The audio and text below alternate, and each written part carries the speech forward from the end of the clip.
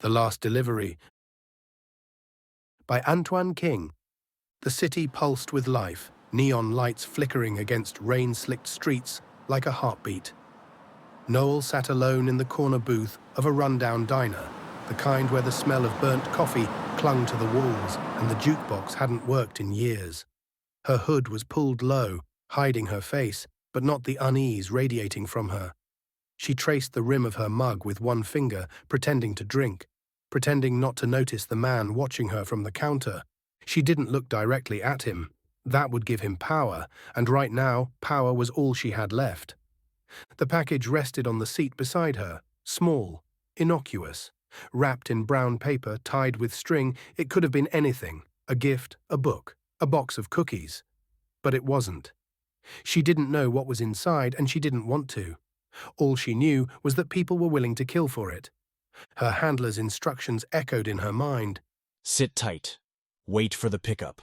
Do not run. But running was all she'd ever known. The life she'd built, the name she'd claimed.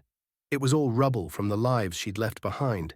This was supposed to be her last job, her ticket to disappear.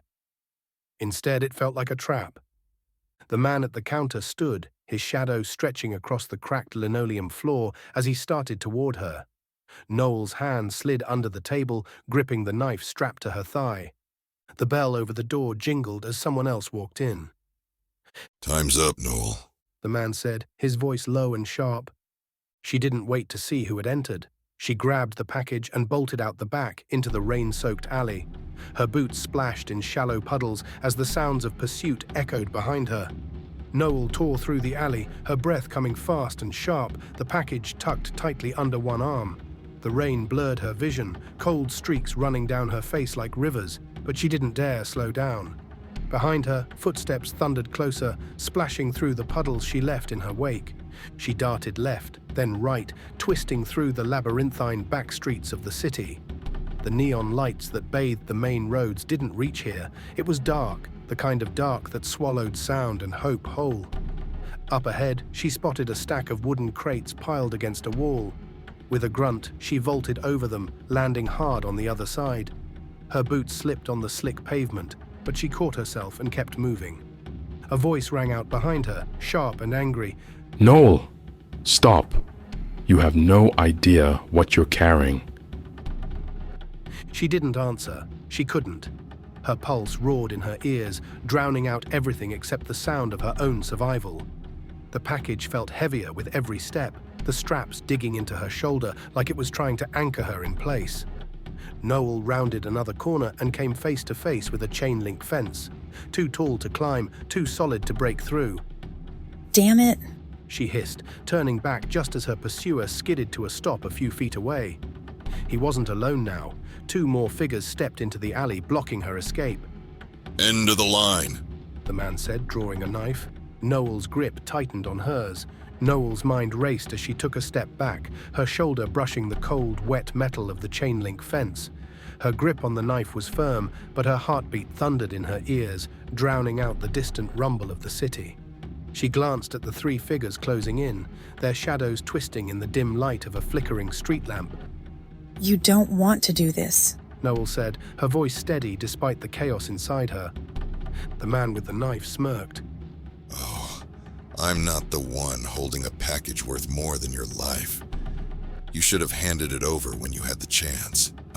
He lunged, but Noel was faster. She sidestepped, slashing her blade in an arc that forced him back. His two companions flanked her instantly, but she ducked low, sweeping her leg out to knock one of them off balance. He hit the ground hard, cursing in pain. The other grabbed her by the arm, wrenching it back. Noel gritted her teeth and twisted, driving her elbow into his ribs. He staggered, loosening his grip just long enough for her to spin free and dart to the side. The first man, now furious, advanced again, his knife glinting as he struck. Noel barely avoided the blade, the edge grazing her jacket and slicing through fabric. Her back hit the fence, and for a split second she thought it was over. Then she spotted it. A gap in the fence, hidden in shadow, just big enough to slip through. With a burst of adrenaline, Noel dove for it, the chain links biting into her skin as she forced her way through. She hit the ground on the other side and scrambled to her feet, ignoring the sting of her scraped hands and knees. After her! The man shouted, his voice echoing in the narrow alley. Noel ran, her chest burning, her breaths ragged. She clutched the package tighter, the weight of it pulling her down, but she didn't let go. She couldn't. Whatever this thing was, it wasn't just worth her life. It might be worth everyone's. She rounded a corner and skidded to a halt. Up ahead, a figure stepped into her path, cloaked in shadow. This one wasn't like the others. The way they stood, calm and deliberate, sent a chill down her spine. Noel, The figure said, their voice deep and smooth, cutting through the rain like a blade. you've done well to make it this far, but the game ends here. Her grip on the knife tightened, her pulse quickening. For the first time, she felt the full weight of what she was carrying. What's in the package? She demanded, her voice trembling with equal parts fear and anger. The figure didn't answer. Instead, they stepped forward, the rain parting like a curtain around them. You're about to find out. Noel's heart pounded as the figure stepped closer, their movements slow, deliberate, like a predator savoring the moment before striking. She took a step back, her boots slipping slightly on the rain-slick ground. Behind her, the shouts of the men pursuing her grew louder, their footsteps closing in. You need to make a choice. The figure said, their voice unnervingly calm. Hand it over, or let them tear you apart for it. Either way, what's in that package doesn't belong to you. Noel's grip on the package tightened. Her mind screamed at her to run, but there was nowhere to go. She glanced over her shoulder at the chain-link fence, its jagged gap now far behind her, blocked by her pursuers. The alley felt like it was shrinking, the walls pressing in, leaving her no way out. I didn't ask for this. She said, her voice trembling but defiant. I don't even know what's in it. Exactly, The figure replied. and yet you're willing to die for it. That's loyalty, or stupidity. The first of the men chasing her rounded the corner, knife in hand, his eyes locked on Noel, wild and furious. She's mine! He snarled, charging forward. Before she could react, the figure moved. In one fluid motion, they stepped between Noel and her attacker, raising a hand. A flash of light erupted from their palm, blinding and violent. The man froze mid-charge, his body crumpling to the ground like a puppet with its strings cut. Noel stumbled back, shielding her eyes. When the light faded, the figure turned toward her, unscathed, their hands still glowing faintly with some kind of energy she couldn't comprehend. Last chance. Noel, They said, their tone sharper now. you have no idea what's at stake. The remaining two men skidded into the alley, stopping short when they saw their companion sprawled on the ground. One of them cursed under his breath, his knife trembling in his grip. What the hell are you? Noel whispered, her voice barely audible over the rain. The figure ignored her question. Decide now. Noel's breath hitched. Every instinct told her to let the package go, to toss it at their feet and run until her legs gave out. But she couldn't do it. Something about the way the package seemed to hum against her chest, the way it felt alive, kept her rooted to the spot. She took a deep breath, raising her knife. If you want it, She said, her voice steady now. you're going to have to take it from me.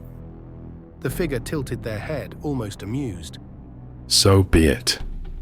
The figure lunged, faster than Noel could track, their hand glowing with that strange energy.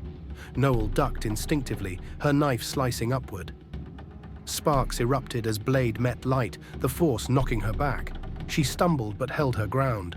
Behind her, the other men hesitated, unsure if they'd just become spectators or collateral. The figure stepped back, fading into the shadows as their voice echoed one last time. Run, Noel. They'll all be coming for you now. The light inside her pulsed, a rhythm that matched the pounding of her heart. It wasn't just warmth. There was something else. A hunger. A whisper in her mind, promising her everything she'd ever wanted. Safety, power, control. Noel stumbled down the alley, her breath ragged, her mind spinning. The light wasn't just guiding her, it was speaking to her, showing her things. A world remade in her image. The people who had hunted her, who had used her, brought to their knees. She felt the thrill of it, the weight of possibility. But then the vision shifted. She saw scorched earth, cities falling, lives erased. Her hands, glowing with power, striking them down. And still, that voice, soft, persuasive, told her it was right, necessary. Her knees buckled, and she collapsed against a wall, rain soaking through her clothes. No, She whispered, clutching her head. this isn't me. Isn't it? The light's voice was clear now, resonating in her skull. You could stop running. They'd never touch you again. You'd control everything. Noel. A distant shout broke through her spiraling thoughts. She looked up to see figures closing in from both ends of the alley. More hunters. Their weapons glinted in the dim light, but she wasn't afraid anymore.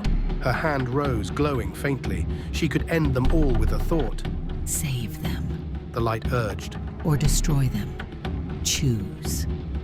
Noel stood, the light coursing through her veins, and smiled. She chose.